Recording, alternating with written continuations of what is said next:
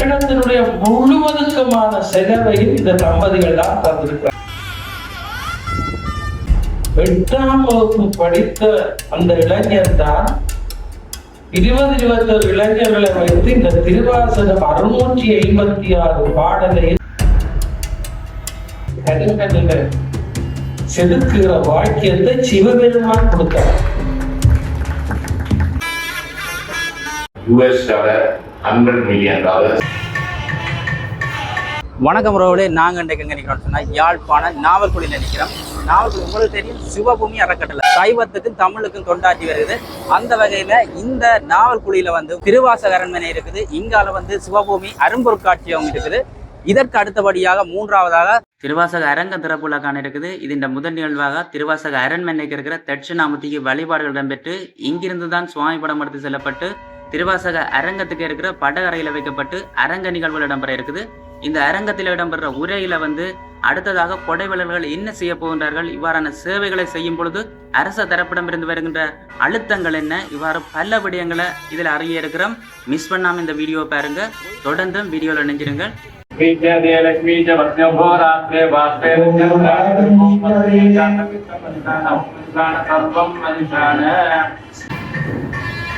Doctor மனமோகன் அவர்கள் எனக்கு phone பண்ணி சொன்னார், எங்களோட காணி ஒன்று நாவக்குழியில் இருக்கு, ஏதாவது தேவைக்கு பயன்படும். காணியே தெரியாது எனக்கு. உடனே திருவாச அரண்மனை அப்படியே கண்ணுக்குள்ளே தெரியும். நான் அந்தரப்பட்டு அவரோட இடமெல்லாம் கேட்டு வந்தா இதுல ராணுவம் தான் இருக்குது. அவங்க காணி இல்லை, ராணுவம் வேலியெல்லாம் அடைச்சு சென்றி போட்டிருக்கு. உள்ளுக்கு போய் பார்க்கலாமான்னு கேட்டா மேலிடத்துல உத்தரவு கொடுக்கணும்னு சொன்னாங்க. நீ மேலிடத்துக்கு யார் போறது, நீ மேலேயே போயிடலாம். அப்ப நான் பயந்து என்ன செய்யலாம்னுட்டு நான் இந்த ஒடுங்க பக்கத்தால சரியான பார்த்த வந்து இந்த காணியை பார்த்தபோது ராணுவ வீரர்களும் எனக்கு பின்னாலேயே வந்தார்கள். என்ன தாக்க போறாரோ யோசிச்சு கடும் பிரச்சனையான நேரம். நான் சொன்னேன், எங்களுக்குரிய காணி துப்புரவாக்கணும், நீங்கள் கொஞ்சம் எனக்கு விட்டு தர வேண்டும் என்று போய் மேலிடத்தோட பேச சொன்னார்கள். கொஞ்சம் முயற்சி செய்து இந்த சந்தையில இருந்த ராணுவ அலுவலகத்தில் போய் அந்த செந்திய கொஞ்சம் தள்ளி நீங்கள் போட்டால் நாங்கள் காணியை துப்புரவாக்கும். அமரர் சண்முகநாதன் திருவாச அரண்மனையை கட்டினவர், ஊரளவு சேர்ந்தவர், எல்லாம் சிங்களம் பேசுவார். அவரை கூட்டிக்கிட்டு போய் சிங்களத்துல அவர் எல்லாரையும் புத்தா மல்லி எல்லாம் சொல்லி மன்றாடி அந்த சென்றிய அது கை கூடிச்சது. நாங்கள் எந்த விதமான காசு ஒழுங்கு எதுவுமே இல்லாமல் திருவாசகத்துக்கு எனக்கு அதுதான் பேர. உடனே டாக்டர் கோதாசன் 2000 நாங்கள் வந்து 10 வட்டி அத்திவாரம் புற ஒரு நாள் ஓடி வந்து சொல்லி நீங்கள் எங்கட அணைக்கு அத்திவாரம் என்னடா தலையடி. எல்லாம் திருப்பி ஒரு அளந்து பார்த்தா அவற்ற காணின்னு சொல்லி இந்த வேதியோட அத்திவேரம் வந்தது. திருப்பி ஒரு அத்திவேரத்தை கடவுள் சோதிக்கத்தான் என்ன செய்வார், உடனே கை கூடார். இந்த திருவாசக அரண்மனை இப்படி அமைக்கப்பட்ட அரண்மனை என்ற பேரே நான் வைக்கையில திருவாசகம் என்று சொல்லி அதை துவங்குற போது மட்டக்களப்பிலே சொற்பொழிவுக்கு போட்டு வந்து கொண்டிருக்கிறேன். அங்கே மயிலங்காவடி காமாட்சி அம்மன் கோயிலுக்கு போய் அங்க கும்பிட்டுட்டு இருந்த போது கருநெல் வெட்டக்கூடிய ஆட்கள் இந்தியாவில் இருந்து எடுப்பிக்க வேண்டும், எப்படி எடுப்பிக்கலாம் அப்படின்னு அவரோட பேச அவர் சொன்னார்கள், கல்வி சிற்பகாரரை கூப்பிடலாம், எழுத்து சரியா விட்ட வேண்டும், எழுத்து பிழை இல்லாவிட்டோடும் கஷ்டம். ஆனால் ஒரு வினோத் என்ற ஒரு இளைஞன் இருக்கிறான், அவங்க டெலிபோன் நம்பரை தாரன். அவன் சின்ன சின்ன விடயங்கள் இன்னும் நினைவாக கல்லுகள் விட்டுறவன் நான் தான். அவரு நம்பரை வாங்கினது அத்திவேரம் போட்டுட்டு இந்த வினோத்தை கூப்பிட்டு கேட்டேன். கிளிநொச்சி பாரதிபுரத்திலிருந்து வந்த கிருஷ்ணப்படியே, தம்பி நீர் என்ன வேலை பார்த்த, நீர் இப்ப என்ன வேலை செய்கிறன்னு கேட்டான். அவன் சொன்னா 17 வருஷம் போராடிய இப்ப என்ன செய்யுது, நான் புனர்வாழ்வெல்லாம் அழிக்கப்பட்டு நானும் என்னுடைய மனைவியும் தப்பி ஜால வந்திருக்கிறோம். கல்லு வெட்ட தெரியுமா, கருங்கலில் எழுத்து வெட்டிடுமா. அவன் சொன்னான், போராளிகள் வந்தால் நான் தான் கல்லவைக்கு கல்லு வெட்டுவது வளர். அப்ப நான் கிட்ட திருவாசகத்தை வெட்டிடுவேன். அவன் சிரிச்சு போட்டுதான் 8ஆம் கூட நான் இயக்கத்துக்கு போனான். நீங்க எழுதி தரதான் வெட்டுவேன், எனக்கு திருவாசகம் தெரியாது. ஆனா அவனிடத்துல ஒரு நேர்மை இருந்தது. சும்மா போய் பேச அந்த பேச்சு எனக்கு நன்றாக பிடித்தது. உள்ளதை உள்ளபடி சொல்லுகிறான். அப்ப நமச்சிவாய வாழ்கவில 6 வரி சிவபுராணத்துல அப்படியே அதை நாங்கள் சிவபூமி ஆபீஸ்ல நவநீதன் போட்டோ ஸ்டேட் எடுத்து அதை பெருப்பிச்சு கொடுத்தார். தம்பி, ஒரு கல்லு எவ்வளவு காசு? சின்ன கல்லுண்டா 20,000, பெரிய கல்லுண்டா 40,000.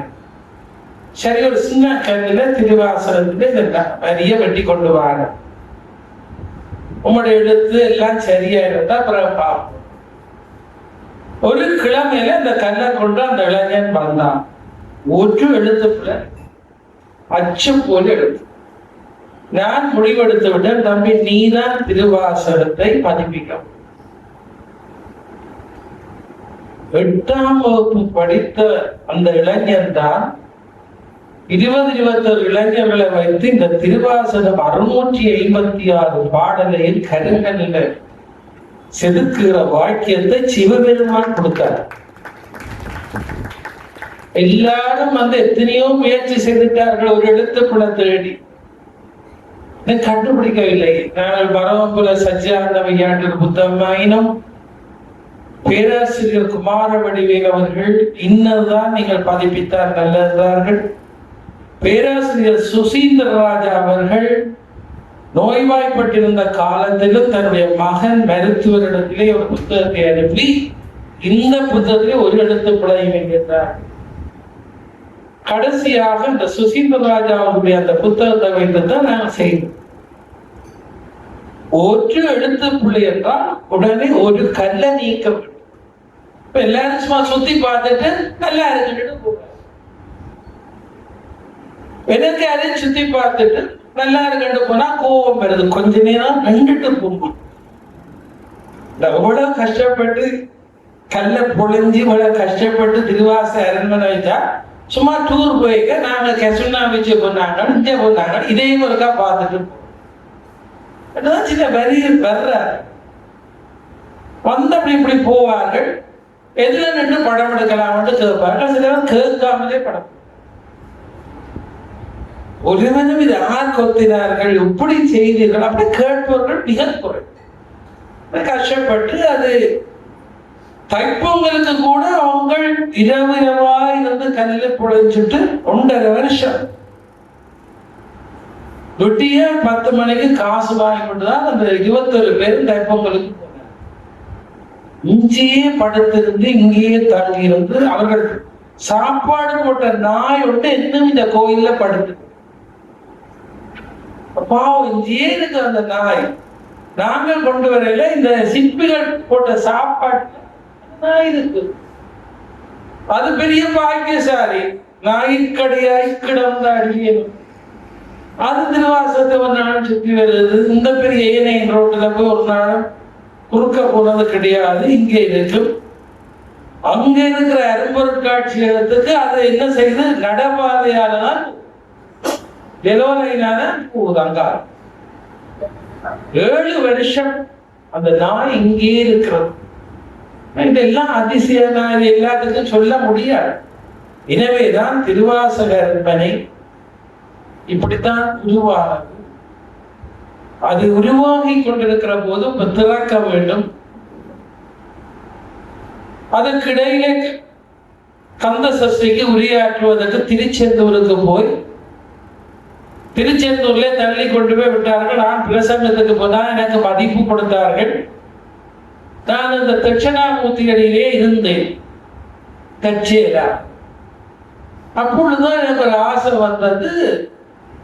தென் திசை பார்த்து உபதேசம் செய்தவர் தட்சிணாமூர்த்தி. இவரே மூலவரா வச்சால் என்ன, இலங்கையிலும் ஒரு மூலஸ்தானத்தில் தட்சிணாமூர்த்தி கோயில் இல்லை, இந்தியாவிலேயும் இல்லை. இங்க ஒரு தட்சிணாமூர்த்தி செய்வோம். இன்னொரு இந்திய சிற்பி இங்க வந்திருந்தா அவனும் ஒரு சின்னப்படி தம்பி ஒரு பெரிய தட்சிணாமூர்த்தி 5.5 அடியில செய்ய வேணும், படத்தை தாங்க நான் செதுக்கிறேன் தான். காதல பின்னேரம் போய் பார்ப்ப சரியா செய்கிறாரு. அதான் மூலஸ்தானத்துல அந்த பெரிய தட்சிணாமூர்த்தி. இந்தியாவிலேயே மூலஸ்தானத்துல தட்சிணாமூர்த்தி இல்லை, சிவன்.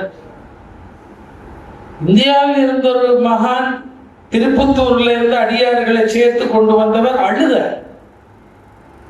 தென் திசை கடவுளை தென் திசை நோக்கி அப்படியே நீங்கள் வைத்திருக்கிறீர்கள். மூலவராகிய சிவபெருமான் உபதேசம் செய்து அவரே அப்படி வைத்து உபதேசியதாக வைத்திருக்கிறீர்கள். இது ஒரு அதிசயம் நடக்குது. அது இங்கே ஒரு அதிசயம். அதுக்கு பிறகு இந்தியாவிலே நான் பல தடவை போய் மாமல்லபுரத்திலே கருங்கல் ரதங்களை பல்லவர் காலத்திலே செதுக்கி இருக்கிறார்கள். அசையாத ரதம், ரத கோயில். இலங்கையிலே ஒரு கருங்கல் ரதம் இல்லையே. திருவாசகத்தை படைத்த மாணிக்க வாசகரையும் சிவபெருமானையும் கருங்கல் ரதத்திலே ஏற்ற வேண்டும் என்று ஒரு கற்பனை. தற்செயலாக இந்த வந்திருந்த சிற்பியை புருஷோத்தமன் கூட்டிக் கொண்டு வந்தார். அவர்கள் 6 மாதமாக இங்கே தங்கி இருந்து இந்த அழகான கருங்கல் ரதத்தை, திருவாசகத்தை படைத்த மாணிக்க வாசகரை இந்தியாவிலே திருப்பெருந்துறையிலேயோ திருவண்ணாமலையிலேயோ சிதம்பரத்திலேயோ இப்படி ஒரு ரதத்தில் ஏற்றினது கிடையாது. ஈழத்தவர்கள் திருவாசகத்தை சுவாசிக்கிறார்கள் என்று ஞானி சொன்னார். இன்றைக்கு கருங்கலிலே வாசலிலே மாணிக்க வாசகர் பெருமானும் சிவபெருமானும் நிலைபெறாக இருக்கிறார்.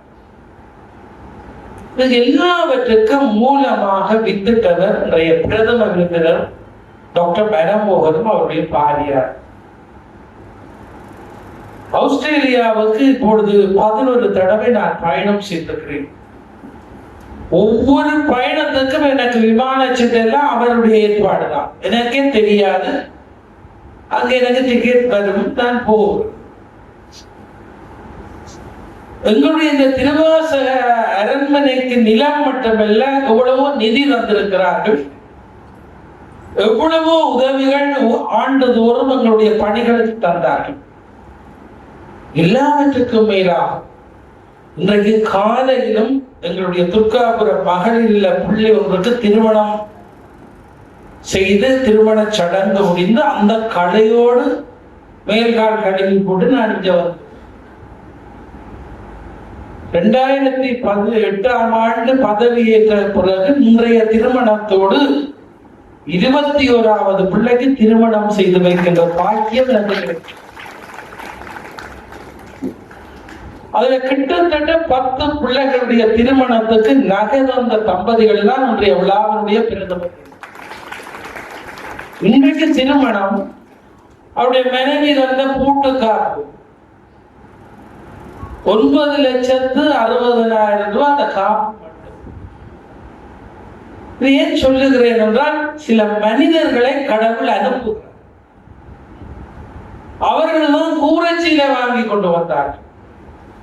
காலையிலே அவர்கள் கல்யாண வீட்டில இருந்து எல்லாம் ஆசீர்வதித்து இந்த திறப்புலாக வந்திருக்கிறார். இதற்கு என்னை நம்பி வாழுகின்ற எங்கள் இல்லத்து பிள்ளைகளை திருமணம் செய்து வைக்க வேண்டும், அவர்களுடைய நல்ல வாழ்வை காண வேண்டும் என்று அந்த பிள்ளை இன்றைக்கு திருமணம் செய்த பிள்ளைக்கு ஒரு வீடு கொடுத்தோம். சீதனா மட்டக்களப்பு பல்கலைக்கழகத்திலே, கிழக்கு பல்கலைக்கழகத்திலே ஃபர்ஸ்ட் கிளாஸ்ல சித்தி பெற்றிருக்கிறார் அந்த மாணவன். அங்கேயே படித்த ஒரு இளைஞனை வாகரை, மட்டக்களப்புக்கு திருவண்ணாமலைக்கு இடையில வாகரையில ஒரு இளைஞனை காதலித்து என்னிட்ட வந்து முறைப்பாடு. அதிபர் வந்து சொன்னா அவள் மண்டாடுறாள். நானும் குறுக்கு விசாரணை எல்லாம் செய்துட்டு சரி எல்லாம் அம்பாள் தான் என்று சொல்லி இன்றைக்கு கல்யாண வீடு காலையில செய்து வாகரையிலிருந்து 75 பேர் வந்து தங்கி இருந்து அவைக்கு விருந்து விசாரணம் செய்து முடிந்த கையுடன் நான் ஓடி இங்க வந்துட்டேன். அதுக்கும் இன்றைக்கு பேருதவி செய்தவர் டாக்டர் மனமோகன் தம்பதி. எல்லாருக்கும் மனம் பெறாது. நான் அவரை போட வேணும் இல்லை, அவர் அதை விரும்புகிற ஆளும் இல்லை, அவர் எனக்கு பேசுவார். ஐயா நீங்கள் அதை சொல்ல வேண்டாம். ஆனா எனக்கும் சொல்லாமல் இருக்க முடியாது. பெண்ணன்றி கொன்றார்க்கு ஓய்வுண்டாம் இல்லை, செய்நன்றி கொன்றார். அப்ப எல்லாரும் திருமுருகனா நீங்கள் புகழ்ந்து விட்டு போக முடியாது. திருமுருகனுக்கு மேலே ஒரு பெரிய விருட்சங்கள் இருக்கிறது. இன்றைக்கு திருவாசக அரண்மனை இப்படி நிமிந்து இருக்கிறது. கருங்கல்லாலே மணிக்கூட்டு கோபுரம், அவ்வளவு காசும் தான். கருங்கல்லாலே அங்கே நவக்கிரக கோயில். இப்போ சிவராத்திரிக்கு ஒரு நிகழ்ச்சி வைக்க முடியவில்லை, அவ்வளவு மக்கள் கூட்டம். ஆண்டு விழாவிலே ஐயா அவர்கள் தம்பதிகளாக கலந்து கொண்ட போது நாங்கள் இரவர் காணியிலே பந்தல் போட்டு நிகழ்ச்சிகள் நடாத்தினோம். அப்ப இந்த காணி யாருடைய காணி என்றெல்லாம் விசாரித்தார். 5 ஆண்டுகளுக்கு முதல் பல லட்சம் ரூபாய் கொடுத்து இந்த காணியை உங்களுக்கு கொள்முதல் செய்து உங்களுக்கு சிவபூமி அறக்கட்டளைக்கு ஐயா அவர்கள் தந்தார்கள். இந்த காணி கிடைத்தது 3 ஆண்டுகளுக்கு முதல் தம்பதிகளாக வந்து இப்படி ஒரு மண்டபம் கட்ட வேண்டும் என்று தாங்களே அத்திவாரம் போட்டுட்டு போனார். இந்த கட்டிடத்தினுடைய முழுவதுக்குமான செலவையும் இந்த தம்பதிகள் தான் தந்திருக்கிறார். இந்த ஆச்சரியம், ஒவ்வொரு ஆண்டும் ஆஸ்திரேலியாவுக்கு போற போது அவருடைய வைத்தியசாலைக்கு போவேன். காலையில் 7 மணிக்கு வைத்தியசாலைக்கு போன இந்த மனிதன் இரவு 9 மணி மட்டும் வேலை செய்வார். வீட்டில் கதிரையில் இருக்க முடியாது. இதய வைத்திய நிபுணர் எந்த நேரமும் அவர்களை பரிசோதனை செய்வது, அவர்களை நெஞ்சி அமர்த்துவது, அவர்களுக்கு ஆபத்தண்டா போவது, அப்படித்தான் அவருடைய வேலை. அவர் சொல்லுவார், சற்றியான கஷ்டம்தான் ஐயா, ஆனா இதை 8 மணி 9 மணி மட்டும் நான் நின்றா உங்களுக்கு எல்லாம் ஏதாவது செய்யலாம் இல்லை. அங்க ஆஸ்திரேலியாவில் இங்க டாக்டர் சத்யமூர்த்தி இருக்கிறார், தெரியும். யாழ்ப்பாணம் போதனா வைத்தியசாலை, கிளிநொச்சி, வேறு வேறு என்னென்ன சமூக பணிகள், எத்தனையோ பேருடைய வாழ்வுக்கு உறுதுணை செய்கின்ற இந்த தம்பதிகள் எங்களுக்கு இந்த பிரம்மாண்டமான கைங்கரியங்களுக்கு உதவியதைட்டு உங்கள் சபையிலே அவருக்கு நான் நன்றி கூற கடமைப்பட்டேன். பெரியோர்களே, சிவபூமி என்கின்ற இந்த விருட்சம் பெரிய வளர்ச்சி பெற்றிருக்கிறது. ஞானிகள் மகான்களுடைய ஆசீர்வாதம். அன்னை தங்கம்மா அப்பா குட்டி சிவபூமி என்று பெயர் வைத்து முதல் பாடசாலையை நாடாவட்டி திறந்து வைக்கிற போது அம்மா அவர்கள் தான் திறந்து வைத்தார்கள். இன்றைக்கு அந்த பாடசாலை உச்ச நிலை பெற்று, உங்களுக்கு தெரியும் அந்த பாடசாலையுடைய எழுச்சி, முதியோர் இல்லம். இன்றைக்கு தொல்புரத்திலே 18 ஆண்டுகள் முதியோர் இல்லம். இப்பொழுதும் 78 பேருக்கு மேல் இருக்கிறார்கள். கொஞ்சம் முதியோர் வந்திருக்கிறார்கள். பாலச்சந்திரன் கந்தருடைய சேர்ந்தவர் பெரிய உதவி செய்தார்கள். கீரிமலையிலே அடுத்த முதியோர் இல்லம் நகுலேஸ்வரர் ஆலயத்துக்கு பின்னாலே கிருஷ்ணபிள்ளை, அதிபர் கிருஷ்ணபிள்ளை குடும்பம் நிலத்தை தந்தார்கள். எத்தனையோ பெரியவர்கள் அறைகளை கட்டி தந்தார்கள். இன்றைக்கு முன்னாலே பெரிய மியூசியம். எனக்கு பெரிய கவலை, இன்னும் யாழ்ப்பாணத்திலே சரியா மியூசியம் ஆக்கள் பார்க்க. துணைவேந்தர் இங்க இருக்கிற பல்கலைக்கழக பேராசிரியர்களே பல எல்லாரும் கடுதாசி ஆராய்ச்சி செய்கிறார்களுடைய கண்ணால் காண்பது, செவியால் கேட்பதில்லை. இந்த மியூசியத்தை இன்னும் பல பேர் பார்க்கவில்லை. சமீபத்திலே ஒரு பேராசிரியர் கேட்டால் மியூசியம் பார்த்துடுங்கள். நான் அதான் அடிக்கடி போறேன். போகணும்ன்ற விருப்பம், என்ன நேரம் கிடைக்கல. நான் சொன்னேன், எனக்கு கொஞ்சம் காலம் கிடைக்கு, 10வது ஆண்டு விழாக்கு அப்ப வாங்க. கவலையா இருக்கு. ஏனென்றால் திரண்டு வந்த எல்லா மாணவர்களையும் கூட்டிக் கொண்டு வந்து காட்டவன் பேராசிரியர் பாலசுந்தரம் பிள்ளை 85 வயதிலே மாணவர்களை கொண்டு வந்து கீரிமலை மியூசியம் எல்லாம் இப்பவும் போய் படிப்பிக்கிறார். ஜியோகிரபி படிப்பிக்க போய் கூட்டிக் கொண்டு இதெல்லாம் காட்டுறேன். இந்த இளைய தலைமுறை இப்படி பிள்ளைகளை கூட்டிட்டு காட்டவனும் போவனும் இந்த அக்கறை. இன்றைக்கு நாவக்குழியில மியூசியம் இருக்கு, சிவபூமி 3 மாடிகள், மூலிகை தோட்டம் இருக்கு நாவக்குழியில 18 ஏக்கர்ல இருக்கு. நாவக்குழியில கோசாலை இருக்குது. ஒரு பௌத்த கோயில் வந்தோன்னு எல்லாரும் துள்ளினார்கள். நாங்கள் என்ன அடுத்த கட்டமாக என்ன வேலை செய்தோம், எங்களுடைய அடிப்படைகளை காப்பாற்றது கேட்டா பூச்சியம். என்ன செய்தோம்? நாங்கள் ஆத்மீகத்தின் பேரால் ஆழ சிந்தித்து சில காரியங்களை இந்த நாவக்குழியை சுத்தியே நாங்கள் செய்திருக்கிறோம். அதை எல்லாரும் நீங்கள் உணர்ந்து கொள்ளும். எனவே பெரியோர்களை இந்த அரங்கம் கட்டப்பட்டிருக்கிறது. எத்தனை ஓதுவார்கள் வந்து இங்க தேவாரம் பாடுகிறார். ஒவ்வொரு வியாழக்கிழமையும் கடந்த 7 வருஷமா மழையோ வெயிலோ அன்னதானம் நடைபெறும். என்னுடைய மூத்த சகோதரன் ஸ்ரீஸ்கந்தமூர்த்தி முழு நேர தொண்டாக இங்கே இருந்தவர்களை பாடியவர். பாவம் ஒரு தனியாள். இன்றைக்கு முழு நேரம் வந்து அன்னதானம் பங்கிடுவார். ஆசிரிய கலாசாலைக்கு அதிபராக இருந்தேனோ அல்லது ஒரு பிரதி கல்வி பணிப்பாளராக இருந்தவன் பாவம் போற வாழ்வினருக்கு சாப்பிட்டு போக சாப்பிட்டு எனக்கு நானே வியாழக்கிழமை நானே அன்னதானத்துக்கு வந்தது கிடையாது. எனக்கு அவ்வளவு வெயில். நானே சில நேரம் இதுல வந்து நானும் ஒரு இலையை எடுத்து கையை நீட்டி வாங்கி சாப்பிட்டு போனேன். எப்படி இதெல்லாம் இயங்குது என்பதை எனக்கு தெரியவில்லை. கடவுள் நடத்துகிறார், அதை விளங்கிக் கொள்ளுங்கள்.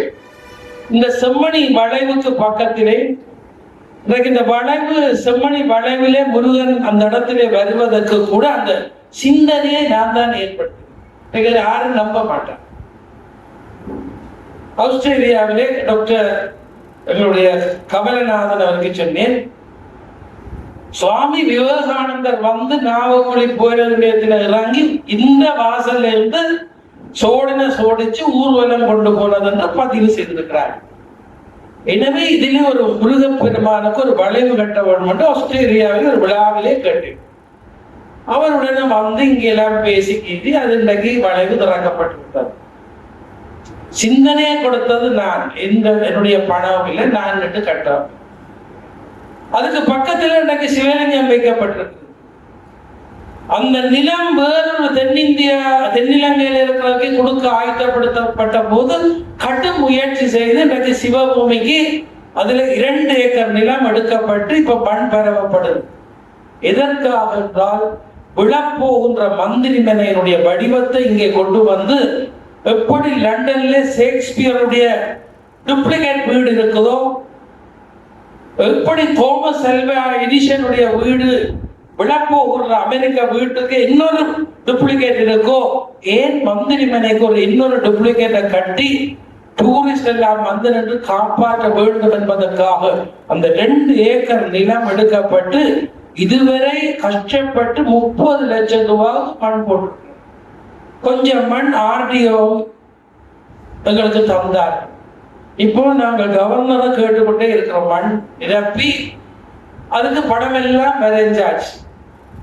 இப்ப சிங்கள அதிகாரிகள்கிட்ட இல்ல, தமிழ் அதிகாரிகள்கிட்ட அதுக்கு அனுமதி எடுக்கிறதுக்கு அந்த படிவம் இந்த படிவம் போய் 1.5 வருஷம் அந்த அனுமதிக்கு சுத்தி கொண்டு. இதுதான் யாழ்ப்பாணம்.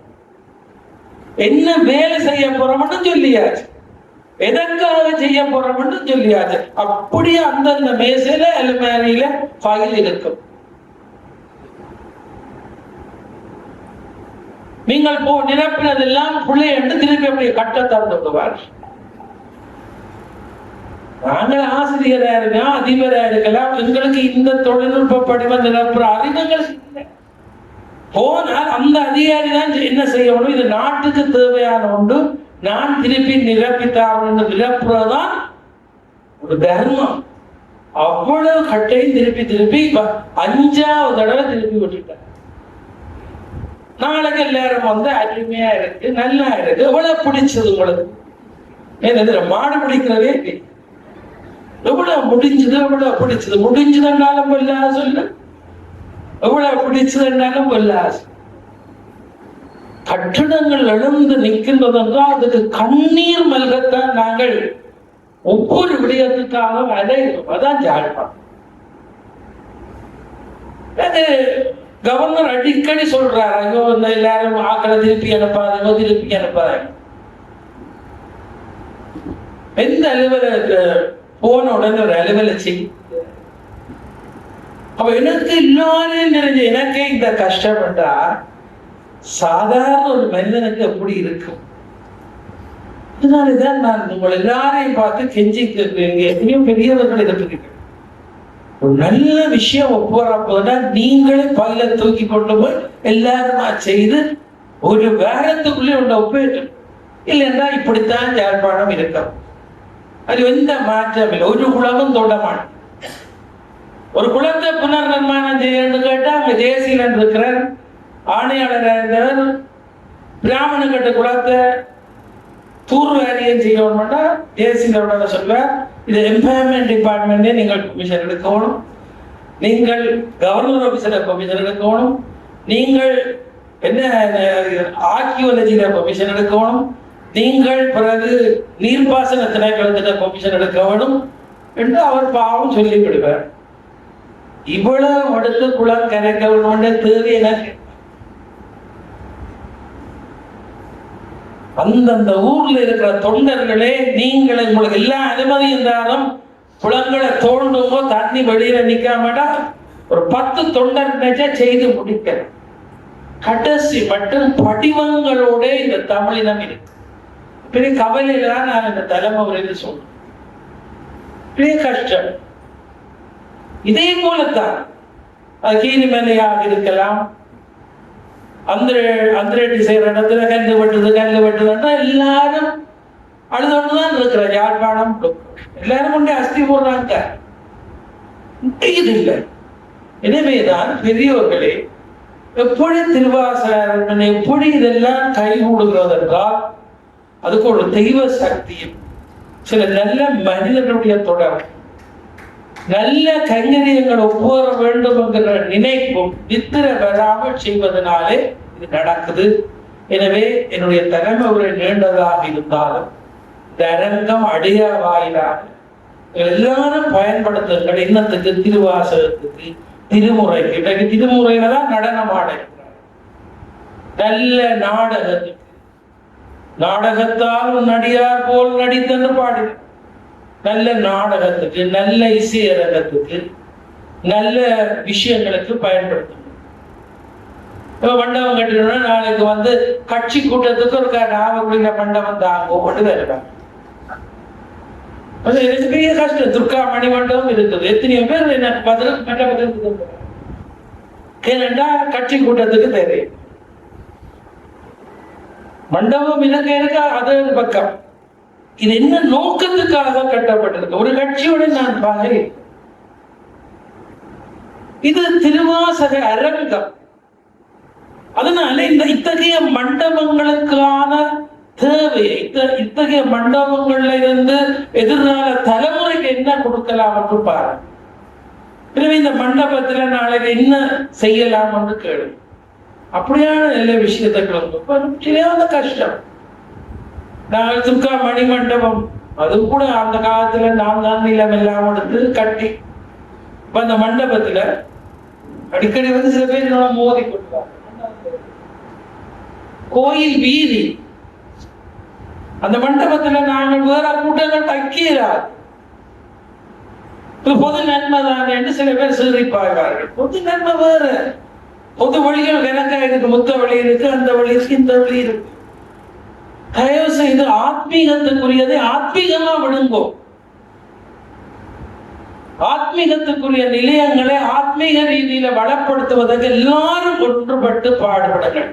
அதை சொல்லி இந்த விழாவுக்கு வருகிற எல்லாருக்கும் நன்றி கூறி என்னுடைய தலைமை உரையை நிறைவு செய்து நான் அபிராமியல்ல ஓரளவு நடத்துவதற்கு பேச்சு வேண்டுவான்.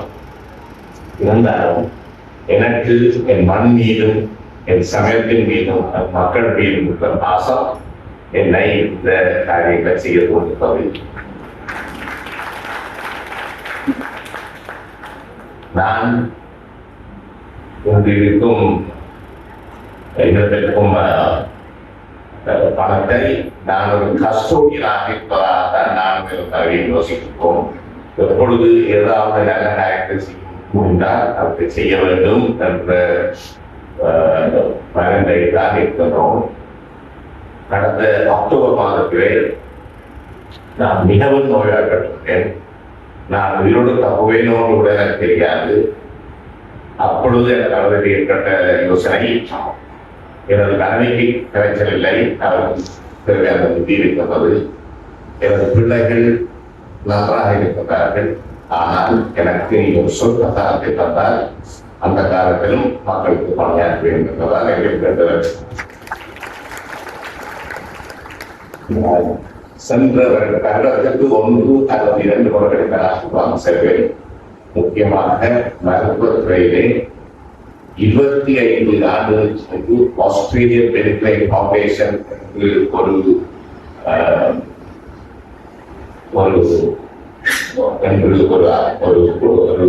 அமைப்பை செய்து கடந்த 8 வருடங்களிலே மக்களிடம் $8 மில்லியன் சேர்த்து தமிழ் மக்களிடம் முக்கியமாக இங்கு மருத்துவ பணியாற்றி இருக்கிறோம். இதற்கு எனக்கு மிக பெருமையாக இருக்கிறோம் டாக்டர் சத்யமூர்த்தி அவர்கள். அவருடைய வழிகாட்டலிலும் நான் வடக்கு கிழக்கு ஓரளவு மலையிடத்திற்கும் நாங்கள் உதவி செய்யக்கூடியதாக இருக்கிறது. தற்போது மிகப்பெரிய அளவிலே ஒரு உதவியை செய்யக்கூடிய வாய்ப்பு இருக்கின்றது. இது கைகூடுமானது தெரியாது, கைகூடும் என்ற நம்பிக்கை இருக்கின்றது. $100 மில்லியன் நமக்கு தருவதாக உறுதியளிக்கப்பட்டிருக்கிறது. யாழ்ப்பாண போதனா வைத்தியசாலையிலே பத்மாடி போன்ற ஒரு அமைப்பு என்றாலும் உங்களுக்கு தர வேண்டும் என்று. மேலும் நான் உங்கள் நேரத்தை எடுக்காமல் சொல்லிக்காமல் திரும்பவும் அவர்களை வாழ்த்தி அவர் செய்யும் பணியை வாழ்த்தி அவர்களுடன் சேர்ந்து ஓரளவு பணியாற்றக்கூடிய வாய்ப்பை நான் சொல்லி என் பேச்சை முடித்துக் கொள்கிறேன்.